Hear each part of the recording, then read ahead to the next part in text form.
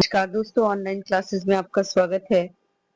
तो आज हम इसमें मध्यकालीन भारतीय इतिहास को देखेंगे और इसके इम्पोर्टेंट क्वेश्चनों को सॉल्व करने की कोशिश करेंगे।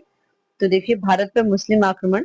पैगंबर हजरत मोहम्मद का जन्म हुआ था 570, 642, 622, 670 ईस्वी। तो पैगंबर मोहम्मद हजरत का जन्म जो है वो कब हुआ था? 570 ईसा पूर्व में। ठीक है। तो मक्का जो है सऊदी अरब में स्थित है और यहीं पे 570 में इस्लाम धर्म के प्रवर्तक पैगंबर हजरत मोहम्मद का जन्म हुआ। इसी कारण यह स्थान मुस्लिम अनुयायियों का पवित्र स्थल है। इनकी मृत्यु 632 ईसा पूर्व में हुई थी। अब देखिए, यहाँ पे दो कूट दिए गए हैं, तो ए और आर।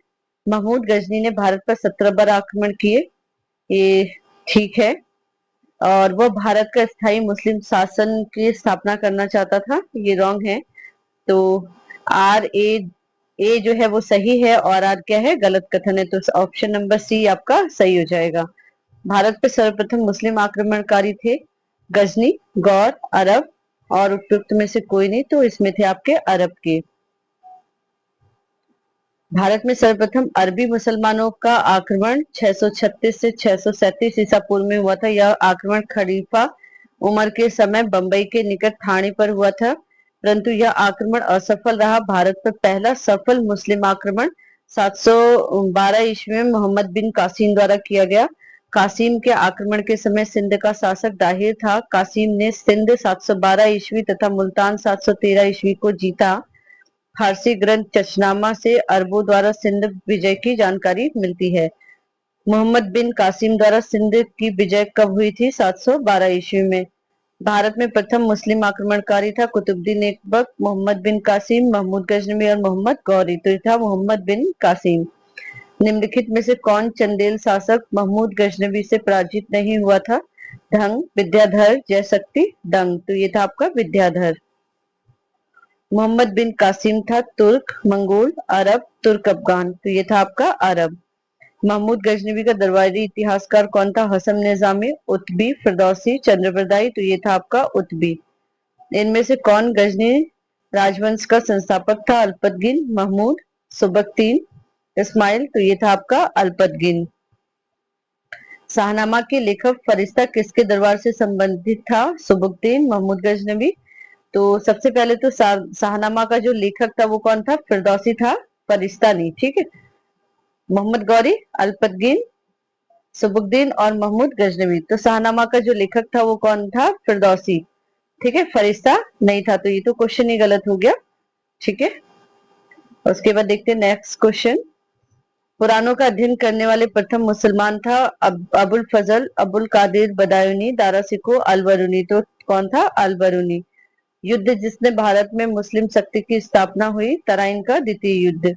मोहम्मद गौरी को सबसे पहले किसने पराजित किया? मूलराज, पृथ्वी चौहान, जयचंद, पृथ्वीराज। तो मूलराज ने। मोहम्मद गौरी ने जयचंद्र को किस युद्ध में पराजित किया था? तराइन का युद्ध 1191 ईस्वी, तराइन का युद्ध 1192 ईस्वी, चंदावर का युद्ध 1194 ईस्वी, कन्नौज का युद्ध 1194 ईस्वी। तो ये हो जाएगा आपका चंदावर का युद्ध 1194 ईस्वी। अलबरूनी भारत आया था 11वीं शताब्दी में। निम्नलिखित कथनों में कौन अलबरूनी से संबंध नहीं है? वह एक धर्मनिरपेक्ष लेखक था। उसका ग्रंथ उस समय के जीवंत भारत में से प्रभावित था। वह संस्कृत का विद्वान था। वह त्रिकोणमिति का विशेषज्ञ था। तो वह एक क्या था? धर्मनिरपेक्ष लेखक था। निम्नलिखित में से कौन राजा मोहम्मद गौरी द्वारा चंदावर के युद्ध में पराजित किया गया था? जयचंद द्वारा। किसने एक तरफ संस्कृत मुद्रा लेख के साथ चांदी के सिक्के निर्गत किए थे? मोहम्मद बिन कासिम, मोहम्मद गजनवी, शेरशाह, अकबर। तो ये हो जाएगा महमूद गजनवी। अब देखिए, निम्नलिखित नामों के कालानुक्रम को व्यवस्थित करें और नीचे दिए गए कूट से सही उत्तर प्राप्त करें। चंगेज खान, महमूद गजनवी, मोहम्मद गौरी और तैमूर। तो सबसे पहले हो जाएगा महमूद गजनवी। ठीक है। सबसे पहले कौन आया था बाद पे? महमूद गजनवी। उसके बाद आपका कौन आया था? मोहम्मद गौरी। फिर आया था चंगेज खान और लास्ट में तैमूर लंग। ठीक है। तो सन 999 ईस्वी में 999 से 1027 के बीच में महमूद गजनवी ने भारत पर 17 बार आक्रमण किए। शिहाबुद्दीन मोहम्मद गौरी का प्रथम आक्रमण 1175 ईस्वी में हुआ और सन 1205 ईस्वी तक वह बराबर साम्राज्य विस्तार अथवा पूर्व विजित राज्य की रक्षा के लिए भारत पर चढ़ाई करता रहा। चंगेज खां के आक्रमण का भय तब उत्पन्न हुआ जब 1221 ईस्वी में ख्वारिज्म शाह की मृत्यु के बाद उसका पुत्र और उसका उत्तराधिकारी जलालुद्दीन मंगबर ने दिल्ली का सल्तनत की ओर क्या करा, भागा। सुल्तान नासिरुद्दीन के शासनकाल में मध्य एशिया के मंगोल सेनानायक तैमूर ने 1398 ईस्वी में भारत पर आक्रमण किया। निम्नलिखित में से मध्य एशिया के किस शासक ने 1192 ईस्वी में उत्तर भारत को जीता था? तो जलालुद्दीन मंगबरनी, महमूद गजनी का महमूद और सिहाबुद्दीन मोहम्मद गौरी और चंगेज खान। तो ये हो जाएगा सिहाबुद्दीन मोहम्मद गौरी। उसके बाद है मोहम्मद गौरी के किस दास ने बंगाल एवं बिहार पर विजय प्राप्त की थी? कुतुबुद्दीन ऐबक, इल्तुतमिश, बख्तियार खिलजी, यलदौद। तो ये हो जाएगा आपका बख्तियार खिलजी। कुतुबुद्दीन ऐबक की राजधानी थी लाहौर, दिल्ली, अजमेर, लखनौती। ये थी आपकी लाहौर। नीचे दो कथन दिए गए हैं जिनमें से एक कथन ए और दूसरा कारण आर है। तो भारत पर तुर्की आक्रमण सफल हुए, उत्तर भारत में राजनीतिक एकता नहीं थी। तो ये आपका ए और आर दोनों सही है और आर ए की सही व्याख्या करता है। दोनों ऑप्शन क्या हो जाएंगे हमारे? ऑप्शन नंबर ए क्या हो जाएगा? सही हो जाएगा। निम्नलिखित में से किसने दिल्ली को सल्तनत की राजधानी के रूप में स्थापित किया? कुतुबुद्दीन ऐबक, इल्तुतमिश, रजिया, मुइजुद्दीन गौरी। तो ये हो जाएगा आपका इल्तुतमिश। निम्नलिखित में से कौन सी इल्तुतमिश के राज्यकाल के में सल्तनत की राजधानी थी? दिल्ली। दिल्ली का प्रथम मुस्लिम शासक कौन था? कुतुबुद्दीन ऐबक, इल्तुतमिश, रजिया और बलबन। तो ये थे आपके इल्तुतमिश। अब देखते हैं गुलाम वंश, दिल्ली सल्तनत पर गुलाम वंश। तो गुलाम वंश का संस्थापक कौन था? इल्तुतमिश, अलाउद्दीन खिलजी, बलबन, कुतुबुद्दीन ऐबक। तो ये था आपका कुतुबुद्दीन ऐबक। गुलाम का गुलाम किसे कहा जाता है? मोहम्मद गौरी को, बलबन को, कुतुबुद्दीन ऐबक को, इल्तुतमिश को। तो ये कहा जाता है इल्तुतमिश को। मंगोल आक्रमणकारी चंगेज खां भारत की उत्तर पश्चिम सीमा पर निम्न में से किसके शासनकाल में आया था? अलाउद्दीन खिलजी, इल्तुतमिश। तो आपका चंगेज खान जो था वो इल्तुतमिश के शासनकाल में आया था। दिल्ली का कौन सा सुल्तान मंगोल नेता चंगेज खान का समकालीन था? इल्तुतमिश। यहाँ पे दो कथन दिए गए हैं। बलबन ने अपने शासन को शक्तिशाली बनाया और सारी सत्ता अपने हाथ में केंद्रित कर ली। वह उत्तर पश्चिम सीमा के मंगोल आक्रमण से सुरक्षित करना चाहता था। तो ये जो है दोनों तो सही हैं, लेकिन ये ए वाला आर की क्या है, अच्छी सही व्याख्या नहीं करता है। ठीक है। चंगेज खान का मूल नाम था खासुल खां, एशुगई, तेमुचित, ओगदी। तो ये था आपका तेमुचित। निम्नलिखित सुल्तानों में से किसने गढ़मुक्तेश्वर की मस्जिद की दीवारों पर अपने शिलालेख में स्वयं को खलीफा का सहायक कहा? बलबन, कैकुबा, जलालुद्दीन खिलजी। उपयुक्त में से कोई नहीं। तो इसका हो जाएगा आपका बलबन। निम्नलिखित में से कौन मध्यकालीन भारत की प्रथम महिला शासिका थी? रजिया सुल्तान, चांद बीबी, दुर्गावती, नूरजहां। तो ये थी आपकी रजिया सुल्तान। रजिया बेगम को सत्ताच्युत करने में किसका हाथ था? अफगानों का, मंगोलों का, तुर्कों का, अरबों का। तो ये था आपका तुर्कों का। दिल्ली में किस सुल्तान के विषय में कहा गया कि उसने रक्त और लौह नीति अपनाई? इल्तुतमिश, बलबन, जलालुद्दीन, फिरोज शाह तुगलक। तो ये हो जाएगा आपका बलबन। उसके बाद आता है खिलजी वंश। ठीक है। तो दिल्ली के किस सुल्तान ने सिकंदर सानी को मानोपाधि धारण की थी? बलबन, अलाउद्दीन खिलजी, मोहम्मद बिन तुगलक और सिकंदर लोदी। तो ये था आपका अलाउद्दीन खिलजी। अलाउद्दीन खिलजी एक महत्वाकांक्षी सुल्तान था। उसने सिकंदर द्वितीय सानी की उपाधि धारण की। उसने अपने सिक्कों पर अंकित करवाया कि वह संपूर्ण विश्व को जीतने की अभिलाषा रखता था और साथ ही वह एक नवीन धर्म चलाने की भी, किंतु वह अपने वफादार मित्र एवं कोतवाल अलाउद्दुल मुल्क की सलाह पर उसने अपना विचार को क्या कर दिया था? त्याग दिया था। अलाउद्दीन के दक्षिण अभियान धन प्राप्ति के अभियान थे। यह दक्षिण राज्यों को कब्जे में करना चाहता था। ए आर दोनों सही हैं। आर ए की क्या करता है? सही व्याख्या करता है। ए और आर दोनों सही है, परंतु आर ए की सही व्याख्या नहीं करता है। ए सही है परंतु आर गलत है, ए गलत है परंतु आर सही है। तो आपका ऑप्शन नंबर सी क्या हो जाएगा? सही हो जाएगा। ए सही है लेकिन आर क्या है? गलत है।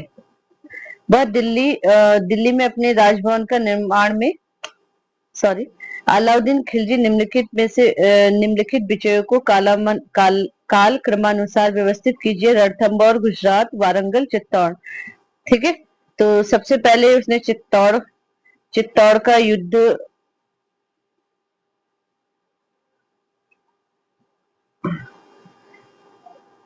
सबसे पहले उसने गुजरात का युद्ध जीता था।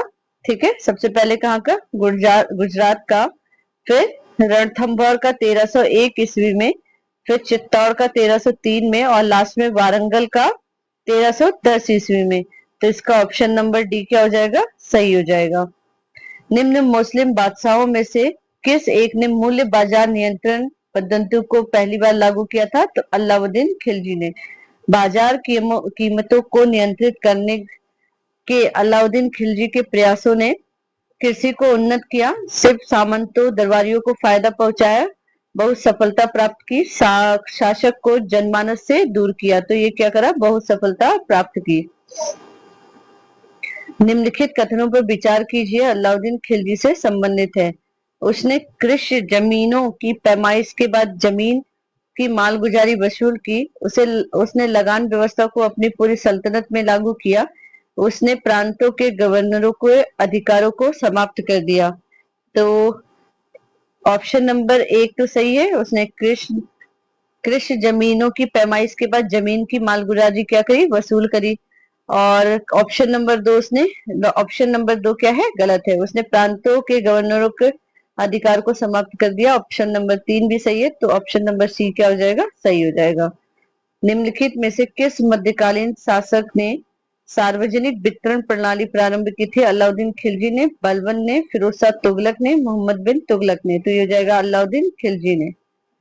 घड़ी अथवा ग्रह कर लगाने वाले दिल्ली का प्रथम सुल्तान कौन था? बलबन, मोहम्मद बिन तुगलक, अलाउद्दीन खिलजी, फिरोज शाह तुगलक। तो ये था आपका अलाउद्दीन खिलजी। अलाउद्दीन खिलजी ने दिल्ली में मूल्य नियंत्रण लागू किया था, और वह दिल्ली में अपने राजभवन के निर्माण में लगे हुए कारीगरों को कम वेतन देना चाहता था।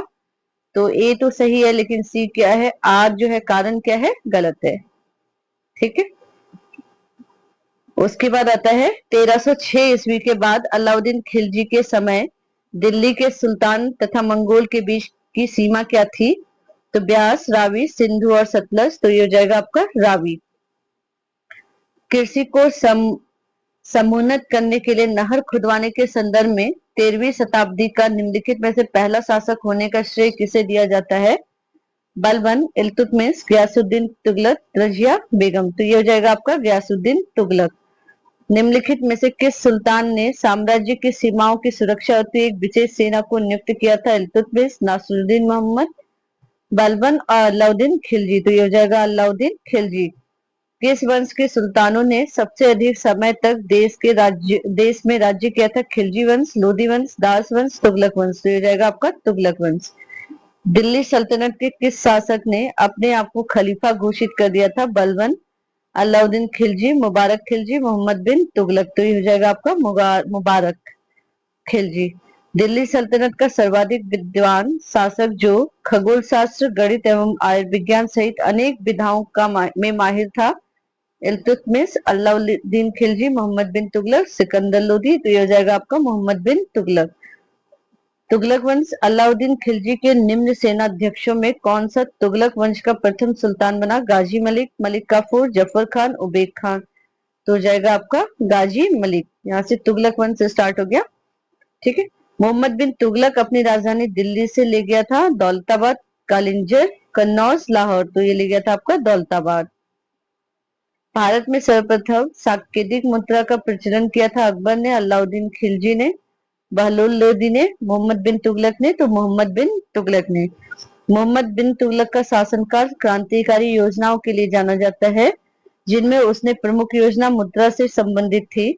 सुल्तान ने तांबे तथा तांबा मिश्र धातु, कांसा, पीतल के सिक्के जारी किए, जिसका मूल्य तत्कालीन जारी चांदी के सिक्के के बराबर था, जिसे सांकेतिक मुद्रा कहा गया। ऐसे प्रयोग करने वाले मोहम्मद बिन तुगलक का भारत का पहला सुल्तान था। हालांकि उसकी योजना क्या थी? असफल थी। इतिहासकार बदायूनी ने किस की मृत्यु पर कहा था कि सुल्तान को अपनी प्रजा से और प्रजा को सुल्तान से मुक्ति मिल गई? अलाउद्दीन खिलजी, बलबन, इल्तुतमिश, मोहम्मद बिन तुगलक। तो हो जाएगा मोहम्मद बिन तुगलक। निम्नलिखित कथनों पर विचार कीजिए। मोहम्मद तुगलक की प्रतीक मुद्रा योजना असफल सिद्ध हुई। मोहम्मद तुगलक का मुद्रा निर्गमन पर उचित नियंत्रण नहीं था। तो दोनों सही है। आर ए की सही व्याख्या करता है। बेरोजगारों के सहायतार्थ दिल्ली में निम्नलिखित सुल्तानों में से किसने रोजगार कार्यालय की स्थापना की थी? बलबन, अलाउद्दीन खिलजी, मोहम्मद बिन तुगलक, फिरोज शाह तुगलक। तो फिरोज शाह तुगलक ने। सर्वप्रथम लोक निर्माण विभाग की स्थापना इल्तुतमिश, बलबन, अलाउद्दीन खिलजी, फिरोज शाह तुगलक। तो फिरोज शाह तुगलक ने सर्वप्रथम लोक निर्माण विभाग की स्थापना की थी। मूर देश का यात्री इब्न बतूता किसके शासनकाल में भारत आया था? मोहम्मद बिन तुगलक, बाबर, अकबर, महमूद गजनवी। तो आया था मोहम्मद बिन तुगलक के काल में। किसने सल्तनत काल की डाक व्यवस्था का विस्तृत विवरण दिया है? अमीर खुसरो, इब्न बतूता, फिरोज शाह तुगलक, जियाउद्दीन बने। तो इब्न बतूता ने। हक ए सर्ब अथवा सिंचाई कर लगाने वाला दिल्ली का प्रथम सुल्तान कौन था? अलाउद्दीन खिलजी, गयासुद्दीन तुगलक, मोहम्मद बिन तुगलक, फिरोज तुगलक। तो ये हो जाएगा आपका फिरोज तुगलक। सर्व कर लगाया था सिंचाई पर। सर्व कर किस पे लगाया था? सिंचाई पर लगाया था। और किसने लगाया था? मोहम्मद बिन तुगलक द्वारा।